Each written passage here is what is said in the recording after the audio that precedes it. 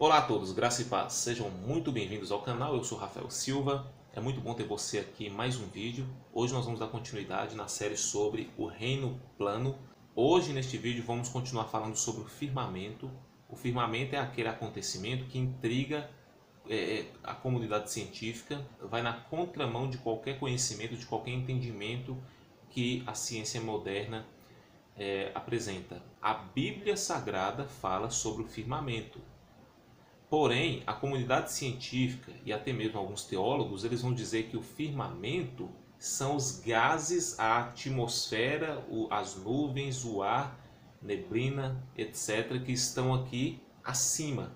Mas não é. Por quê? Porque nos dois últimos vídeos, nós analisamos que a palavra firmamento, ela vem do hebraico raquia, que significa algo rígido, algo sólido e muito expresso também. Então não pode ser gases, não pode ser ar, porque ar não é sólido, ar não é rígido. O ar é o estado da água no estado gasoso, ao contrário de um firmamento que pode ser bem aplicado no estado da água em um estado sólido, algo firme. Nós vimos também no último vídeo que a palavra firmamento ela não se aplica a gases, porque lá no capítulo 2, versículo 6, nós encontramos qual é a palavra que simboliza, que se refere a gases, ou a ar, ou a vapor, que é fons. Então, fons são gases, vapor, ar. Não é algo sólido, é algo gasoso. E firmamento, que vem do hebraico raquia, está se referindo sim a algo sólido. E as escrituras usam esse termo raquia para falar sobre esse objeto, esse monumento, essa estrutura sólida acima das nossas cabeças. A função principal é separar as águas de cima das águas de baixo. E ao mesmo tempo também separar esse nosso reino do reino de Deus. Então, isso vai na contramão da comunidade científica. Isso vai na contramão de qualquer lógica que o homem venha apresentar. Mas as escrituras dizem que foi assim. Nós vimos também que o firmamento ele foi formado através do envolvimento da água sofrido pela ação do campo magnético. Nós vamos falar sobre o campo magnético ainda. Não falamos nada ainda acerca do campo magnético, a não ser que as águas sofreram uma reação pela ação do campo magnético. Qual reação é essa? O campo magnético da Terra, ele repeliu a água, porque a água é diamagnética.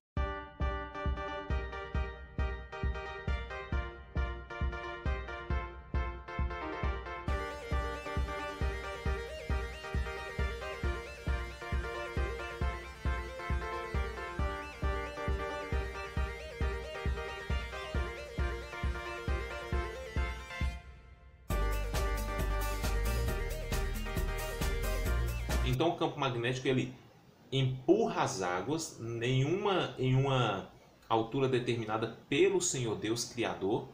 Quando as águas chegam em determinado momento, em uma determinada altura, aliás, vai haver uma interação com outro elemento que, na minha opinião, é o primeiro estado da matéria, o plasma. Lembrando que o campo magnético também é um campo elétrico, tem eletricidade e magnetismo. E o plasma, ele é um principal elemento que causa toda a reação elétrica no mundo. Quando as águas, elas se interagem, se envolvem com o plasma, ela não vai simplesmente evaporar. Muito pelo contrário, porque o plasma vai aquecer de uma maneira descomunal essas águas, criando o gelo cristalizado, ou gelo superiônico, onde ela alcança um estado cristalino, e que não simplesmente se derrete.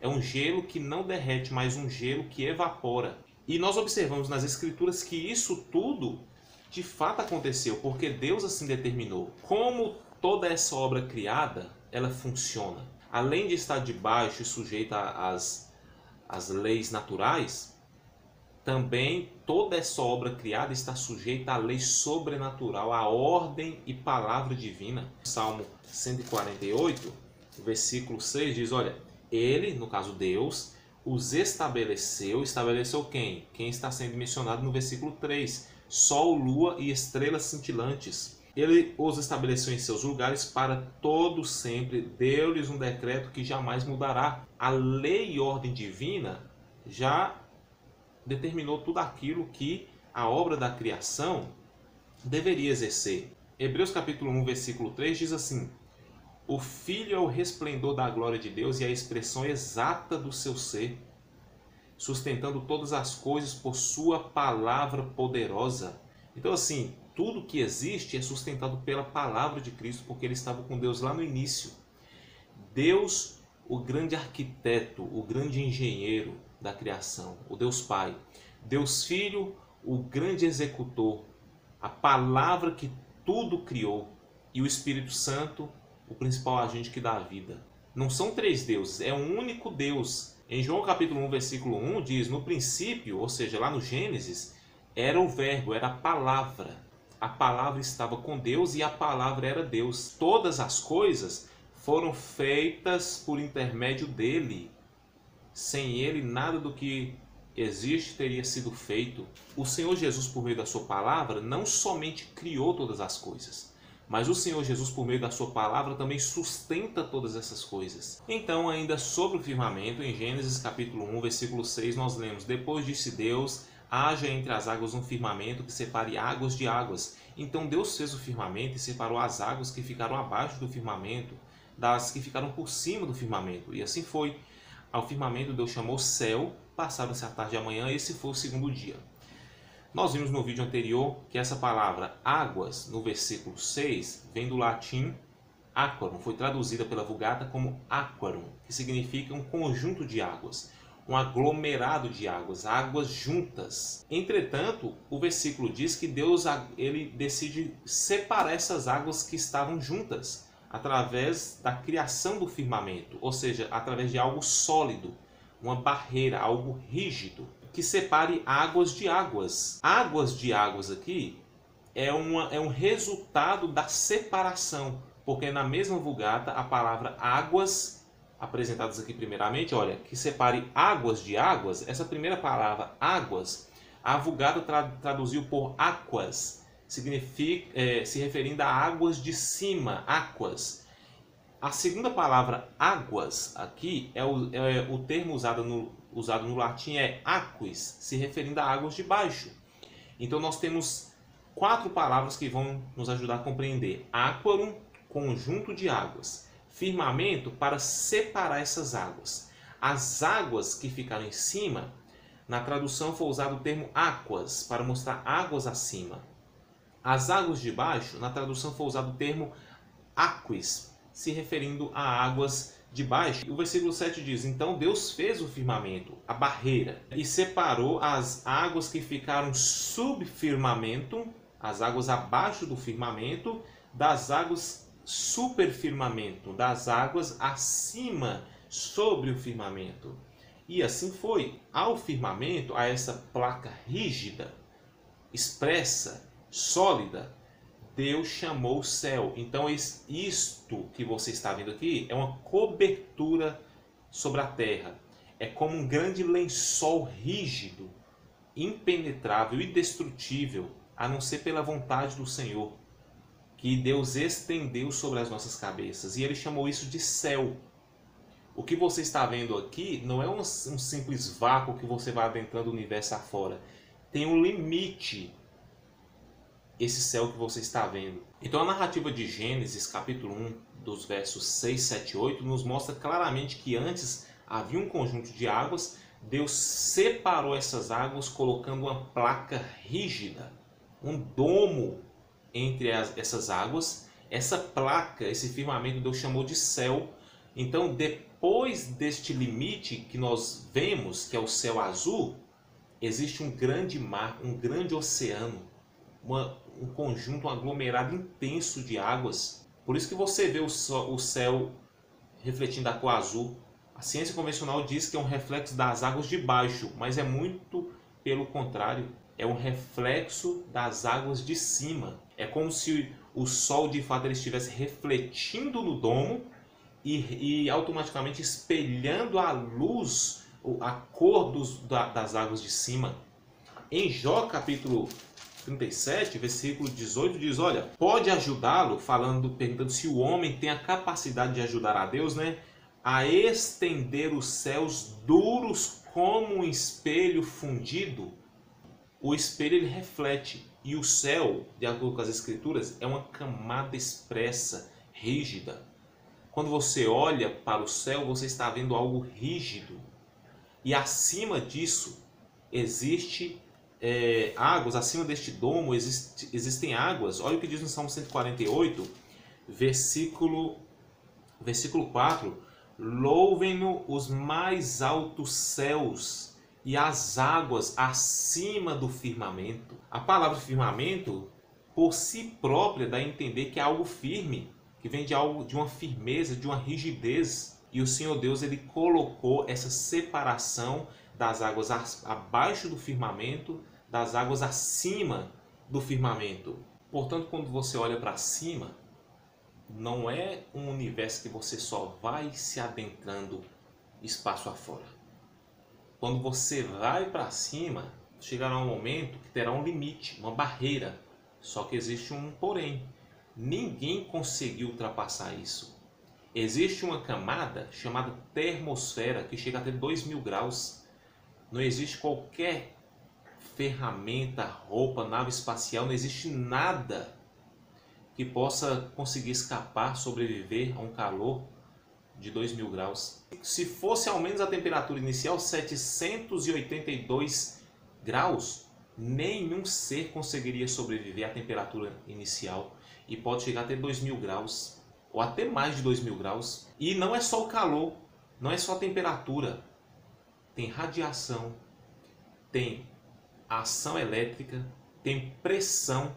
Então tem muitos outros fatores que impedem qualquer ser ultrapassar a termosfera. Ezequiel capítulo 1, versículo 22, diz assim, olha, e sobre as cabeças dos animais, ele está no rio Quebar, perto do rio Quebar, então ele olha e tem as visões de Deus dos seres viventes, dos querubins.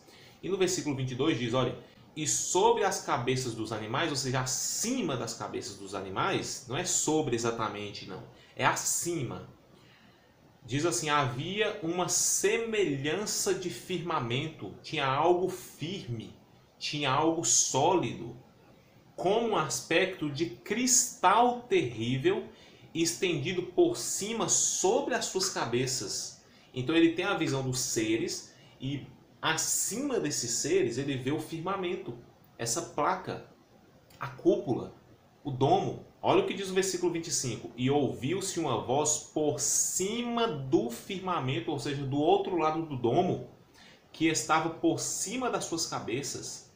Parando eles, abaixavam as suas asas. Versículo 26. E por cima do firmamento, ou seja, do outro lado, que estava por cima das cabeças dos seres viventes, havia uma semelhança de trono, é o trono de Deus acima do firmamento, como de uma safira, e sobre a semelhança do trono havia como que a semelhança de um homem no alto sobre ele, ou seja, sentado no trono. Ezequiel está tendo uma visão deste céu, do firmamento do lado de baixo, ele olhando de baixo viu o firmamento. O apóstolo João, ele também tem essa mesma visão, porém de dentro do firmamento, ou seja, acima do firmamento. Olha para você ver quão profundo é este capítulo 4 de Apocalipse. Depois dessas coisas, quais coisas? Mencionadas nos capítulos 1, 2 e 3. Eu olhei, João está falando, e diante de mim estava uma porta aberta no céu. Note que isso aqui não é uma simples visão espiritual. João está falando literalmente, olha, eu olhei e eu vi uma porta aberta lá no céu. Eu vou falar sobre a questão da porta do céu ainda, não neste vídeo, mas aqui a gente já consegue ter uma noção. João diz, olha, eu olhei e eu vi uma porta lá no céu, ou seja, uma abertura no firmamento. E diante de mim estava uma porta aberta no céu. A voz que eu tinha ouvido lá no princípio da revelação, no capítulo 1, falando comigo como um trombeta, disse, suba para cá e eu lhe mostrarei o que deve acontecer depois dessas coisas. Pergunta, como é que João ia subir lá para cima? Ele olhou e viu uma porta no céu. Imediatamente a voz falou para ele, João, sobe aqui. Como é que João ia subir? João tinha asa? Não. João não podia voar, João não tinha escada, não tinha elevador, não tinha avião. Como é que João ia subir para lá? Ele viu a porta. Como é que ele subiu para lá agora, entrar nessa porta? O versículo 2 responde: imediatamente, ou seja, assim que a voz me chamou para subir, eu me vi tomado pelo Espírito. Então assim, não era visão inicialmente. Ele viu de fato a porta aberta no céu, só que não tinha como ele subir. A única forma dele subir nesse reino era em espírito. E as escrituras dizem: imediatamente eu me vi tomado pelo Espírito, e diante de mim estava um trono. Ezequiel também viu um trono, só que ele viu do lado de baixo. E nele assentado alguém, e nele estava assentado alguém. Ezequiel também viu alguém assentado no trono. Aquele que estava assentado era do aspecto semelhante a jaspe e sardônio, a mesma visão de Ezequiel. Um arco-íris parecendo uma esmeralda circundava o trono. Olha o que diz o versículo 6. E diante do trono havia algo parecido com um mar de vidro claro como cristal. Quando João ele é elevado às alturas em espírito, quando ele olha a visão de cima para baixo, ele vê um grande mar de vidro. É o outro lado do domo. É a visão da parte de cima do firmamento.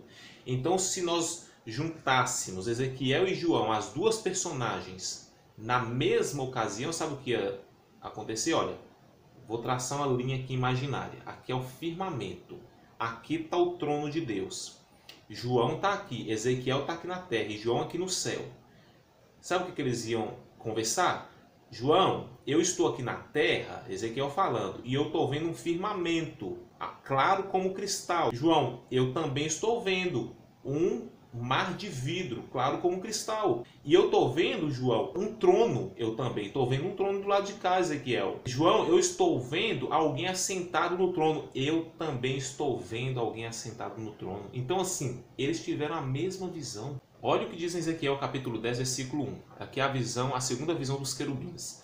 Depois olhei e eis que no firmamento, que estava por cima da cabeça dos querubins, apareceu sobre eles como uma pedra de safira. João também usou esse mesmo termo. Como o aspecto da semelhança de um trono.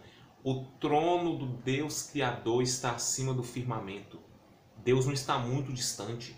Mas essa separação foi feita para separar o nosso reino, a terra, os reinos do mundo, do Deus Criador. As pessoas pensam que o céu que Deus habita é uma outra dimensão inimaginável. Não, Deus está perto da sua criação. Ele não abandonou sua criação, ele administra tudo do alto.